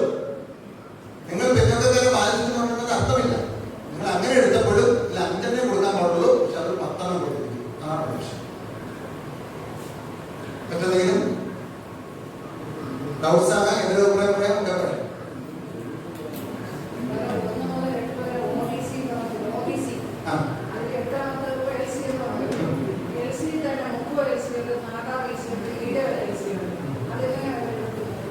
അങ്ങനെ ഒരു ഡിവിഷൻ PSC-യുടെ മുമ്പിലില്ല. PSC-യുടെ മുമ്പില് ലാറ്റിൻ കാത്തലിക് എന്ന ഒറ്റ കാറ്റഗറി മാത്രമേ ഉള്ളൂ. ബാക്കിയൊക്കെ നമുക്ക് ഇതിനകത്ത് വരുമ്പോൾ ഉണ്ടാകുന്ന ഡിവിഷൻസ് മാത്രമേ ഉള്ളൂ. അവിടെ ലാറ്റിൻ കാത്തലിക് ഒറ്റ ഡിവിഷൻ ഉള്ളൂ. Latin Catholic and Anglo Indians എന്ന് പറഞ്ഞിട്ട് അത് ഒറ്റ ഒരു കാറ്റഗറി. പിന്നെ നമ്മളിതിനകത്ത് വീണ്ടും നമ്മൾ മനസ്സിലാക്കേണ്ട ഒരു കാര്യം തന്നെ, ഇത് പലപ്പോഴും നമ്മളോടൊക്കെ നമ്മുടെ രൂപകളിലെ പ്രദേശങ്ങളൊക്കെ കയറി നിർത്തണം പറഞ്ഞിട്ട് നമ്മളെ ഈ പ്രശ്നം ഉണ്ടാകുന്നു. വാസ്തവത്തിൽ നമ്മളെ ഈ തിരുവനന്തപുരം, കൊല്ലം, ആലപ്പുഴ വിട്ട് കുറച്ചുകൂടെ അപ്പുറത്തോട്ട് പോയി കഴിഞ്ഞാൽ ഇതിനേക്കാളും നമ്മൾ ചെറിയ വ്യത്യാസങ്ങൾ ഉണ്ടാവും. കാരണം അവർ ജീവിച്ചിരുന്ന പ്രദേശത്തുള്ള ആളുകളുണ്ട്. ഒരുപക്ഷെ വരാപ്പുഴയിലോ കോട്ടപ്പുറത്തൊക്കെ പോയി കഴിഞ്ഞാൽ കുറച്ചുകൂടെ ലൈറ്റായിട്ടുള്ള ലാറ്റിൻ കാത്തലിക്സ് കാണാൻ കഴിയുന്നത്. കുറച്ചുകൂടെ ലൈറ്റായിട്ടുള്ള ലാറ്റിൻ കാത്തലിക്സ് ഉണ്ട്. ഒരുപക്ഷെ ഓൾ കേരള ലെവലിലുള്ള ഏത് ലിസ്റ്റിനകത്ത് റിസർവേഷൻ നല്ലൊരു ശതമാനം കൊണ്ടുപോകുന്നത് ഈ വരാപ്പുഴ ബേസിലായിട്ടുള്ള ലാറ്റിൻ കാത്തലിക്സ്. കുറച്ചുകൂടെ എഡ്യൂക്കേഷനിൽ അവർ ഹൈ ലെവലിലേക്ക് വന്നിട്ടുള്ള ആളുകളാണ്. അതൊരു സ്വാഭാവികമായ പ്രക്രിയയാണ്. അത് ഏത് കമ്മ്യൂണിറ്റി എടുത്ത് നോക്കിയാൽ നമുക്കാണ്. ഇപ്പൊ ഈഴവ കമ്മ്യൂണിറ്റി, ഈഴവയിൽ തീയ എന്നൊരു ഭാഗമാണ്. ആ മലവരയിൽ തീയ വളരെ വേണ്ടാണ് അല്ലെ, അവർ പണിയുണ്ടായിക്കൊണ്ടിരിക്കുകയാണ്. ഈ ഈഴവ എന്ന പേര് പറയാൻ പറ്റില്ല, ഞങ്ങൾ പുതിയ പേര് പറയണം. ഈ plus one plus two admission കൊടുത്തിട്ടുള്ളവർ അവിടെ ഈഴവ എന്ന് വാക്കില്ല. Plus one plus two admission കൊടുക്കുമ്പോൾ അറിയാം ആ ലിസ്റ്റിനകത്ത് ഈഴവ എന്ന് വാക്കില്ല. വേറെ എന്താ ഉള്ളത്? അല്ല, ETV എന്ന് പറഞ്ഞു. ETV ഈ കുറെ കാലം എനിക്ക് ഈഴവെന്ന പേര് ചിലപ്പോൾ അപ്രത്യക്ഷമാവും. വേറെ അവരറിയപ്പെടുന്നത് ETV എന്നായിരുന്നു. ഈഴവ തീയ പില്ലവൻ. ഇപ്പൊ ഈ തീയ പില്ലവൻ എന്ന് പറഞ്ഞത് വളരെ ലോ ലെവലിലുള്ള ആളുകളാണ്. പക്ഷെ ഒരു സമുദായ രീതിയിൽ ഐക്യത്തിന് ഇവരെല്ലാവരും ചെറിയ കോംപ്രമൈസുകൾ ഇതിനകത്ത് എപ്പോഴും വേണ്ടി വരും അല്ലെ. നമ്മൾ പലപ്പോഴും നിശ്ചിതമായ ചില കാര്യങ്ങൾ പറഞ്ഞിട്ട് നമ്മൾ വളരെ പറഞ്ഞപ്പോൾ വളരെ ശക്തമാണ്. ഇതാണ് എല്ലാവർക്കും നമ്മൾ ഉപയോഗിക്കാൻ എളുപ്പം. അപ്പൊ ഈ ഒരു ഡിവിഷൻ BSc ലെവലില് BSc ലാറ്റിൻ കാത്തലിക്സും ആംഗ്ലോ ഇന്ത്യൻസും ഉൾപ്പെടെ ചേർന്നിട്ടാണ് ഈ 4% റിസർവേഷൻ. വിദ്യാഭ്യാസത്തിന്റെ കാര്യം വരുമ്പോൾ മുക്കുവ വിഭാഗത്തിൽപ്പെട്ട ആളുകൾക്ക് എന്താണ് OEC കാറ്റഗറിയിൽപ്പെട്ട ഫീസ് കൺസെഷൻ. അത് മുക്കുവ 500, 300-300-കാർക്കുണ്ട്. ലാറ്റിൻ കാറ്റഗറി 300 എന്നുള്ള വിഭാഗമുണ്ട്, 500 എന്ന വിഭാഗമുണ്ട്, മുക്കുവ എന്നുള്ള വിഭാഗം. ഈ 3 കാറ്റഗറിയിൽപ്പെട്ട ആളുകൾക്ക് അവരെ OEC ആയിട്ട് കണക്കാക്കിയുള്ള ഫീസ് കൺസെഷൻ ഇവിടെ കിട്ടും. +2-ലും ഡിഗ്രിക്കും PGക്കും. അത് എക്സെപ്ഷൻ കൊടുത്തിരിക്കും. കുറച്ചുകൂടി സാമ്പത്തികപരമായിട്ട് പരാതിയിൽ കഴിയുന്ന സമൂഹത്തിലേക്ക് ഈ 3 വിഭാഗത്തിൽപ്പെട്ട ആളുകൾക്ക് ആ കൺസെഷൻ. മറ്റെന്തെങ്കിലും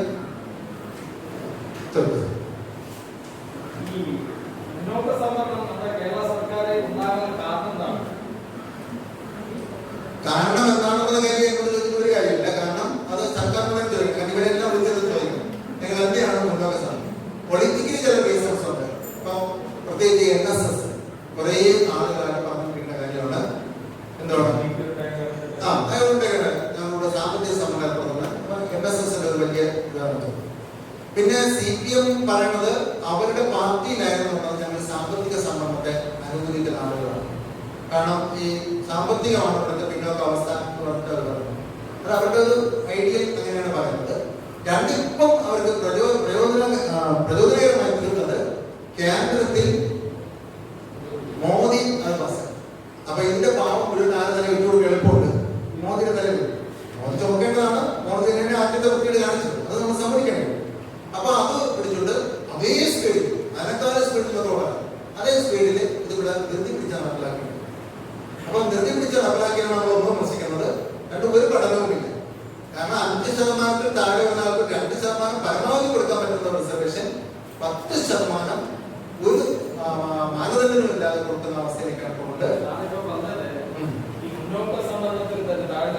ആൾക്കാരുണ്ട് സാമ്പത്തികമായിട്ട് അത് നെൽക്കുന്ന ഇവർക്ക് 10%, 50% ഉണ്ടല്ലോ. നെൽക്കുന്നതിന് 10% സ്പെഷ്യലായിട്ട് മാറ്റിയാൽ പോയി സർക്കാർ. മാറ്റിയാൽ മതി.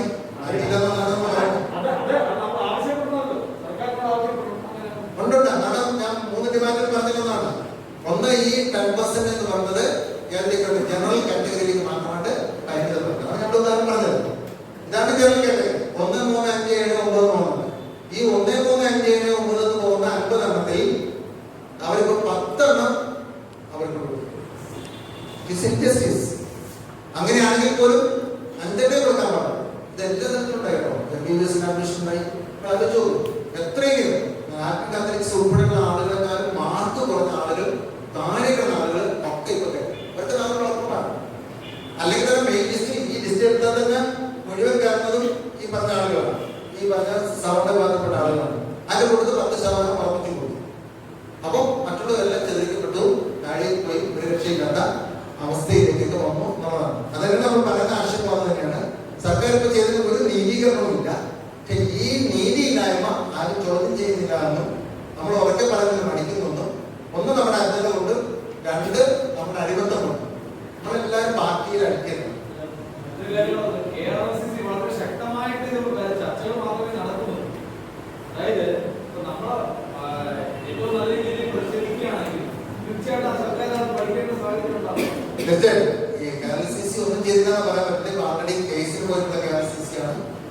KRCC കൊറോണ കാലം നമുക്ക് വലിയ സമരങ്ങൾ നടന്നില്ല. എങ്കിലും നമ്മൾ അത്യാവശ്യം സെക്രട്ടേറിയറ്റ് പഠിക്കുന്ന ഇപ്പൊ സമരം, കളക്ടറേറ്റ് പഠിക്കുന്ന സമരം, ഇങ്ങനെ ചെറിയ സമരങ്ങളൊക്കെ നടത്തിയിട്ടുണ്ട്. അത്യാവശ്യം എന്തെങ്കിലും പഞ്ചായത്ത് രാജ് തെരഞ്ഞെടുപ്പ് പോകുന്നത് ഇപ്പൊ ഇത് കഴിഞ്ഞ സ്ഥിതിക്ക് മിക്കവാറും വീണ്ടും ഈ ശക്തിപ്പെടുത്താൻ സാധ്യതയുണ്ട്. അതിന്റെ ഒരു ഭാഗമാണ് ഈ പഠനം നടക്കുന്നത്. ഇപ്പൊ KRCC എല്ലാവർക്കും കൊടുത്തിട്ടുണ്ട്, എല്ലാവർക്കും പഠനം നടക്കുന്നതായിട്ട്.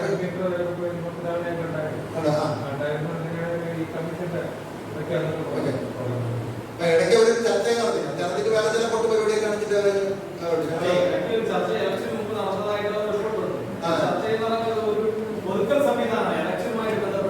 അത്രേ ഉള്ളൂ. അതാണ് ഞാൻ പറഞ്ഞത്.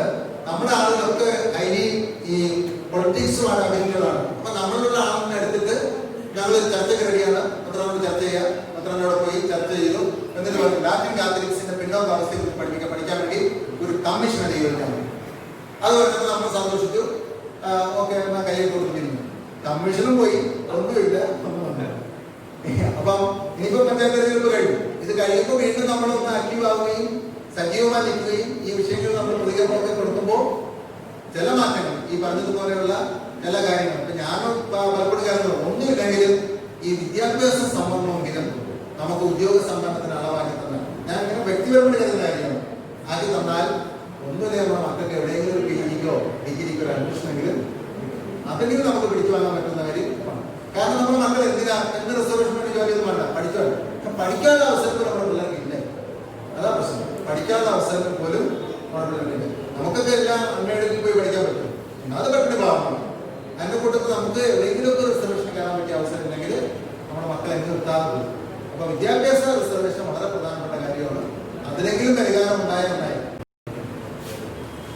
കട്ട് ഓഫ് പ്രവേശന പരീക്ഷകൾ വന്നു കഴിഞ്ഞാൽ ഇപ്പൊ നമ്മൾ നടത്തുന്ന എൻട്രൻസുകളെല്ലാം മെഡിക്കൽ എൻട്രൻസ് ആയാലും എഞ്ചിനീയറിംഗ് എൻട്രൻസ് ആയാലും അതെല്ലാം മത്സര പരീക്ഷകളാണ്. ഈ മത്സര പരീക്ഷകൾ എന്ന് പറയുമ്പോൾ എപ്പോഴും ഓർക്കണം, ഇത് ഭൗതികപരമായ ഒരു എക്സസൈസ് ആണ് അല്ലേ. ഇവിടെയാണ് ജാതിപരമായ പിന്നോക്ക അവസ്ഥ. ഇത് നമ്മളത് പറഞ്ഞല്ല, മനുഷ്യ അല്ലെ ഈ പറഞ്ഞ നരവംശ ശാസ്ത്രം പറഞ്ഞിരിക്കുന്ന കാര്യമാണ്. എല്ലാ ജാതിക്കും ഒരേ ഭൗതിക അളവല്ല. ബ്രാഹ്മണന്റെ ഭൗതിക അളവല്ല ദളിതന്റെ ഭൗതിക അളവ്. അത് പ്രൂവ്ഡ് ആണ്. നമ്മൾ തർക്കത്തിന്റെ കാര്യമില്ല. എന്റെ നിങ്ങൾ ആരെയും കുഴപ്പമല്ല. അപ്പൊ ആ ഭൗതിക അളവ് ഉള്ളതുകൊണ്ട് തന്നെ ഈ മത്സര പരീക്ഷകൾ വരാൻ വളരെ കൃത്യമാണ്. പിന്നെ അതനുസരിച്ച് വളരെ കൃത്യമായി പ്ലാനിങ്ങും ആസൂത്രണം. ഇപ്പൊ മുസ്ലിംസിനെ കൃത്യം പറയുന്നത് എന്താ മുസ്ലിംസ് പറയുന്നത്, ഇപ്പോൾ മത്സര പരീക്ഷകളിൽ മുസ്ലിംസ് ഏറുന്നുണ്ട്. എന്താണെന്നറിയാമത്? അത് നിങ്ങൾ മലപ്പുറത്ത് എപ്പോഴും പോയിട്ടുണ്ടെങ്കിൽ എന്ത് മനസ്സിലാവും. എന്തുമാത്രം സിസ്റ്റമാറ്റിക്കാണ് അവിടുത്തെ പള്ളികളും അവരുടെ ഈ നിസ്കാര കേന്ദ്രങ്ങളും ഒക്കെ പ്രവർത്തിക്കുന്നത്. അവിടെയൊക്കെ എൻട്രൻസ് കോച്ചിങ് ഉൾപ്പെടെയുള്ള കാര്യം. നമ്മുടെ പള്ളിയിൽ ഒരു കരിയർ ഗൈഡൻസ് പ്രോഗ്രാം മറ്റേ എത്ര അല്ലെ, നമ്മൾ എത്ര പ്രോഗ്രാം ചെയ്യുന്നു. ഞാൻ പറഞ്ഞത് ഈ PSS ഉൾപ്പെടെയുള്ള പ്രസ്ഥാനങ്ങള് ഈ പറഞ്ഞ 88-90 ചാൻസലറിന്റെ കാലം മുതലൊക്കെ പരിപാടി തുടങ്ങിയതാണ്. എന്നിട്ടും ഇവിടെ നമ്മുടെ സപ്ലിമെന്ററി എഡ്യൂക്കേഷൻ എവിടെ നിൽക്കുന്നു, നമ്മുടെ കരിയർ ഗൈഡൻസ് എവിടെ നിൽക്കുന്നു അല്ലെ. അപ്പൊ നമ്മള് ജനത ആ രീതിയിൽ ഒരുക്കുകയാണെങ്കിൽ കുറേയൊക്കെ നമുക്ക് കയറി വരുന്ന കാര്യം. അല്ലെങ്കിൽ നമുക്ക് പിന്നോക്കാവസ്ഥ ഉണ്ടായിരിക്കും. മാർക്ക് ഈ കട്ട് ഓഫ് മാർക്ക് ഓരോ പ്രാവശ്യം കട്ട് ഓഫ് മാർക്ക്. പക്ഷെ ഈ കട്ട് ഓഫ് മാർക്ക് വന്നാൽ അതിൽ ഉൾപ്പെട്ടാൽ മാത്രമേ നമ്മൾ കയറാൻ പറ്റുള്ളൂ. അത് കാണുമ്പോഴേക്കും റിസർവേഷൻ പോലുള്ള കാര്യങ്ങളിനകത്ത് ഉണ്ടാവണം. എന്ന കാര്യത്തിൽ ഒരു സംവിധാനം കിട്ടുള്ളൂ, വിഷയം കിട്ടുള്ളൂ.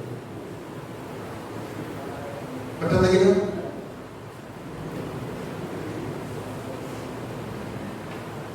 അപ്പൊ തീർച്ചയായും നിങ്ങൾ എല്ലാവരും കണ്ടതിലും ചില കാര്യങ്ങൾ സംസാരിക്കുന്നതിൽ ഏറെ സന്തോഷം. പഠനത്തിന് നിങ്ങൾ തയ്യാറായി എന്നതാണ് നിങ്ങൾ കാണുന്ന ഏറ്റവും വലിയ മഹത്വം. ഇങ്ങനെ പഠിക്കാൻ മനസ്സുള്ളവരുടെ സംഘത്തിലൂടെ